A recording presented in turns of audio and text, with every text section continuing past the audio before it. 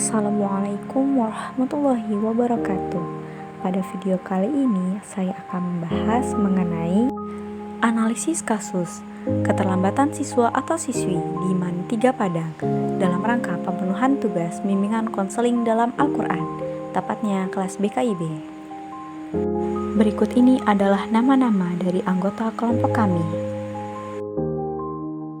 Hal pertama yang kami lakukan untuk menganalisis kasus yaitu melakukan persiapan observasi, yakni yang terdiri atas menentukan tempat yang akan diobservasikan, di mana kami berdiskusi untuk menentukan mana tempat yang akan kami jadikan sebagai tempat observasi kami nanti. Yang kedua, kami menyiapkan surat permohonan ke akademik mahasiswa, di mana kami menyiapkan tentang hal surat menyurat untuk keperluan observasi. Yang ketiga, menjelaskan tujuan observasi ke tempat yang dituju.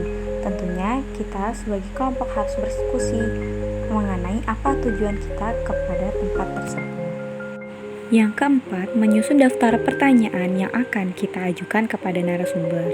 Hal ini tentunya haruslah kita lakukan agar nantinya akan mempermudah proses dalam melakukan observasi. Yang terakhir ialah melakukan observasi ke tempat yang sudah disepakati. Kita harus mensurvei atau melihat bagaimana keadaan tempat observasi kita. Selanjutnya ialah pelaksanaan observasi. Yang pertama atau langkah pertama yang kami lakukan yaitu mengajukan surat permohonan izin ke tempat observasi yang kita tuju, tepatnya di MAN 3 Padang. Kemudian kami harus menunggu persetujuan dari pihak sekolah mengenai surat observasi yang telah kami ajukan. Kemudian yang ketiga, setelah disetujuinya surat yang telah kami ajukan, kami melakukan proses observasi kepada guru BK di sekolah tersebut. Kemudian tahap keempat, kami melakukan langsung menuju ke sekolah dan menemui guru BK sebagai narasumber kami. Setelah itu, kami melakukan sesi wawancara dengan pertanyaan-pertanyaan yang telah kami siapkan sebelumnya, tepatnya kami lakukan di ruang BK. Setelah melakukan wawancara, tentunya kami mendapatkan informasi tentang satu kasus yang ada di sekolah tersebut. Dan setelahnya kami melakukan analisis serta membuat laporan mengenai hasil dari observasi yang telah kami lakukan.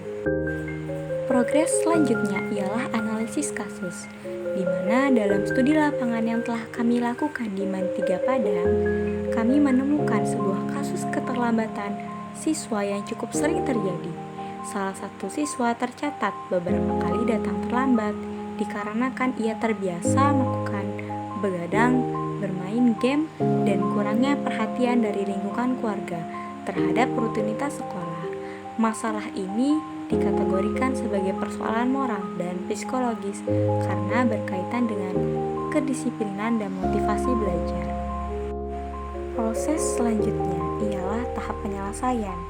Menanggapi hal tersebut, guru BK memberikan respon awal berupa teguran yang bersifat membangun, alih-alih memarahi atau menghukum secara keras. Justru guru BK mengajak siswa berdialog untuk memahami penyebab keterlambatannya dan memberikan arahan tentang pentingnya disiplin waktu dalam kehidupan sehari-hari. Selain itu, pendekatan keagamaan juga digunakan dengan mengingatkan siswa bahwa menghargai waktu merupakan bagian dari ajaran Islam dan merupakan bentuk tanggung jawab seorang pelajar muslim. Kemudian, sebagai bentuk tindak lanjut, sekolah juga menerapkan sistem pelaporan yang menggunakan barcode, di mana apabila seorang siswa terlambat hingga 3 kali, maka sistem akan secara otomatis mengirimkan laporan ke email orang tua. Hal ini bertujuan agar orang tua juga ikut terlibat dalam proses pembinaan dan dapat lebih memperhatikan kebiasaan anak mereka. Pendekatan ini diharapkan dapat menciptakan kesadaran bersama antara siswa, sekolah, dan keluarga untuk membentuk kebiasaan disiplin sejak dini. Selanjutnya ialah kesimpulan. Berdasarkan hasil observasi yang telah kami lakukan di sekolah, maka kami dapat menyimpulkan bahwa masalah keterlambatan siswa masih menjadi persoalan yang cukup sering terjadi dan perlu penanganan yang serius.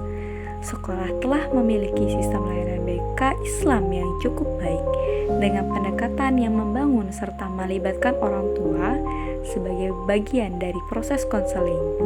Penerapan sistem barcode untuk memantau keterlambatan dan pemberian teguran ini sangatlah bersifat edukatif, yang mana merupakan langkah yang efektif dalam membantu siswa untuk membangun kesadaran dan tanggung jawab terhadap waktu. Pendekatan konseling yang dilakukan tidak hanya menyentuh aspek perilaku, tetapi juga menyentuh sisi moral dan spiritual siswa melalui pemahaman nilai-nilai Islam. Kemudian, terdapat juga tantangan dari kasus tersebut. Yang pertama, untuk menerapkan strategi pembelajaran yang baru dan inovatif, guru harus mendapat pelatihan. Yang kedua, sekolah harus menyediakan sumber belajar yang cukup untuk mendukung pembelajaran yang berpusat pada siswa.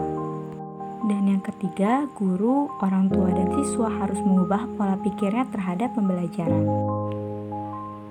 Terdapat juga solusinya. Yang pertama, strategi pembelajaran baru dan inovatif hanya dapat dilaksanakan oleh guru jika pemerintah memberikan pelatihan kepada mereka.